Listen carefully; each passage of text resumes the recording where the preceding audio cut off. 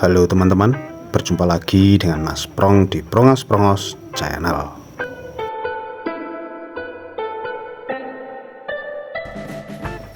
Pada kesempatan kali ini, saya akan membahas partai catur yang ketika itu sangat ramai diperbincangkan, yaitu Iren Karisma Sukandar. Pada tahun 2021, di podcast Deddy Corbuzier, ia melawan Dewa Kipas atau Pak Dadang Subur. Awalnya, Pak Dadang Subur ini bermain catur di chess.com aplikasi.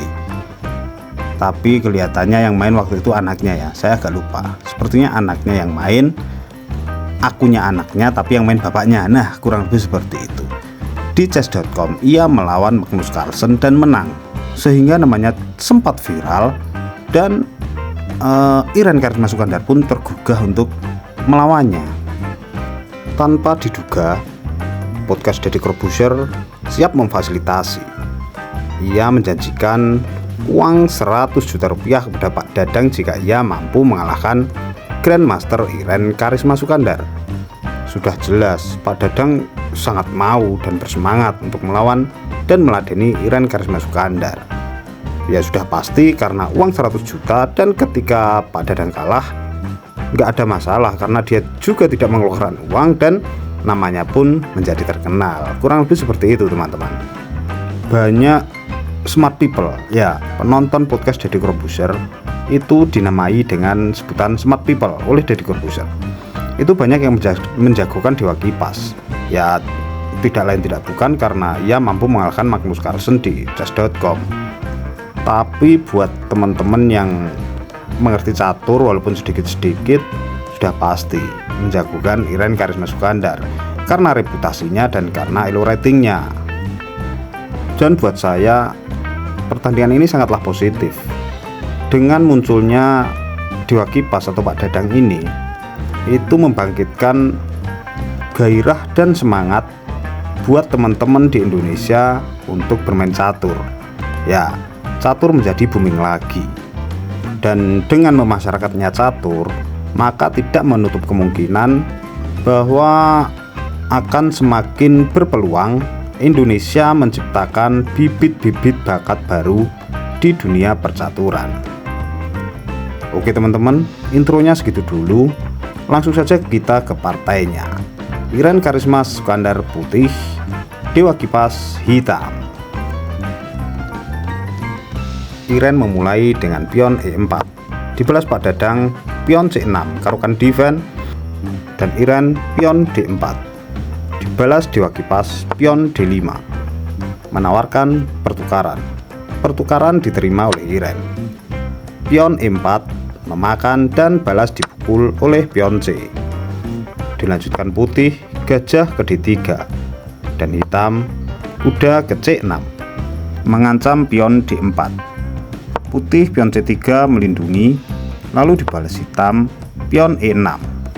Pion E6 ini bagus untuk memberi jalan gajah gelap hitam, tetapi ia menutup jalan gajah terang hitam, sehingga secara tidak langsung gajah terang hitam akan menjadi pasif. Lanjut kuda Iren ke F3, kuda hitam ke F6, lalu putih rokade dan gajah gelap hitam ke E7, membuka jalan untuk rokade pendek juga.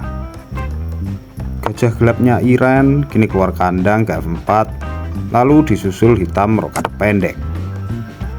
Putih meneruskan dengan kuda ke E5. Sampai di sini Iren terlihat ia telah menganggap mudah lawan mainnya, karena ia menggerakkan kuda untuk yang kedua kalinya, padahal kondisi masih normal-normal saja. Tidak ada tekanan dari hitam dan tidak ada kondisi yang bisa dilewatkan. Padahal PR Iren masih terlalu banyak, mengeluarkan kuda B serta menautkan benteng dengan cara mengeluarkan menteri. Ya mungkin karena Iren berpikir bahwa gajah terang hitam juga dalam kondisi pasif. Lalu Pak Dadang menjawab dan kuda E4. Ini bagus sekali teman-teman, sehingga putih langsung mengusir kuda. Tetapi hitam tidak langsung membawa pergi kudanya. Ia lebih memilih menukar kudanya di E5 terlebih dahulu. Kuda pukul kuda dan gajah pukul kuda. Lalu mengapa Iren tidak memukul dengan pion D? Jadi kalau Iren memukul dengan pion D, Menteri Hitam akan ke B6. Skak sekaligus mengancam pion B2.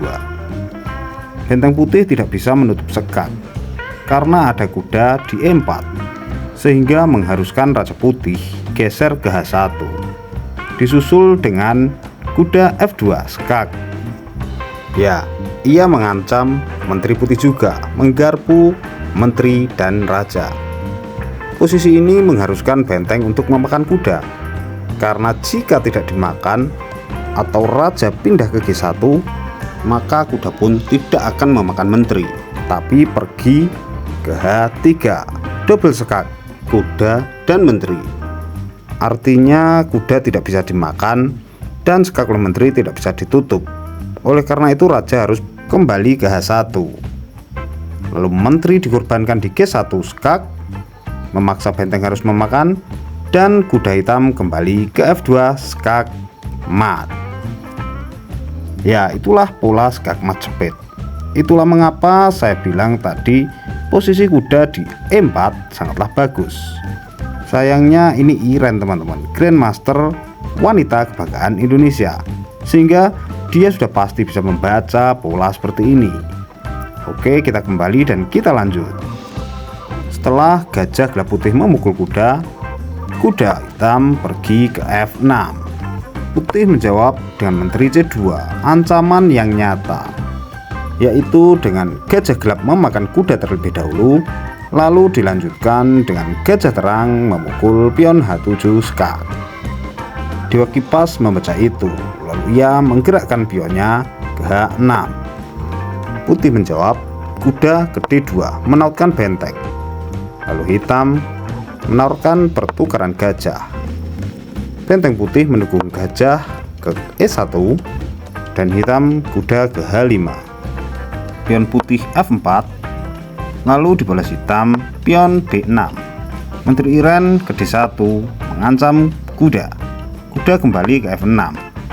Dilanjutkan dengan menteri F3. Hitam membawa gajah terangnya memposisikan diri sejajar dengan diagonal menteri. Namun dibiarkan saja oleh putih, karena pion hitam di D5 ini adalah teman dari putih. Loh, kok teman? Ya, dia disebut pion teman putih karena ia tidak bisa berbuat apa-apa jika bukan putih yang menginginkan pergerakannya. Ya, semisal diberi pion di C4 atau di E4. Jadi pion hitam ini adalah benalu buat hitam sendiri. Ia membuat gajah terangnya menjadi pasif. Oke, lanjut. Pion putih kini ke F5, menawarkan pertukaran pion dan membersihkan lajur serangan benteng dan menteri. Sayangnya penawaran ini ditolak. Hitam memilih membawa menterinya bertambah melindungi pion di E6 dengan pergi ke C8. Entahlah apa yang ada di pikiran Pak Dadang. Bisa jadi ia grogi karena tidak pernah main secara profesional seperti ini, atau ia memang lupa bahwa menterinya sedang melindungi gajah gelapnya, sehingga tanpa basa-basi Iren langsung memukul gajahnya yang gratis. Lalu hitam benteng E8 menambah perlindungan terhadap pion E6 dan gajah Iren kembali ke E5. Kini Pak Dadang menawarkan pertukaran gajah terangnya. Ya, Pak Dadang kali ini seperti makan buah si malakama. Dalam kondisi ia kalah kualitas perwira, tetapi ia memang harus menukarkan gajah ini karena gajah ini sangat pasif terhalang oleh pion-pionnya sendiri, sehingga dengan penukaran ia mendapatkan kompensasi atas pasifnya. Ya, walaupun menukarkan perwira di saat kondisi perwiranya kalah kualitas adalah hal yang salah, tetapi inilah pilihan dari Pak Dadang. Oke, lanjut. Gajah putih pukul kuda F6 dan pion pukul gajah. Pion putih pukul pion E6 dan tentu benteng pukul pion. Sekarang giliran Gajah Terang saling pukul memukul. Benteng putih E1 tidak mau kalah, ia memukul benteng hitam E6 dan pion F7 membalasnya. Dan setelah simplifikasi besar-besaran ini, Pak Dadang Subur alias Dewa Kipas menyerah, mengaku kalah. Lalu mengapa ia menyerah? Karena kualitas perwira jelas ia sudah kalah. Pion putih 6, pion hitam 6.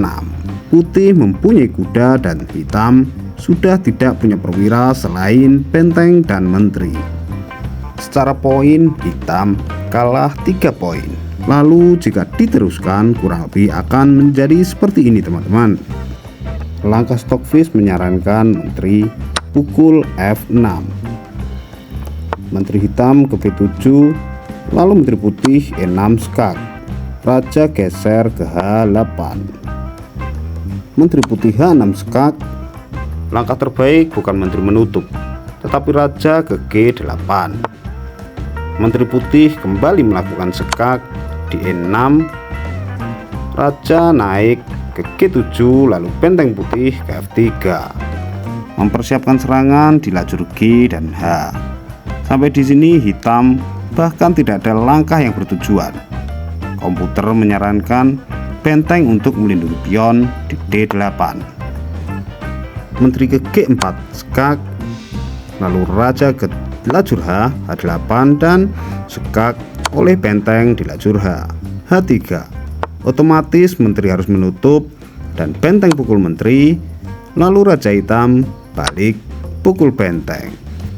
1 menteri, 1 kuda, 6 pion melawan 1 benteng plus 3 pion.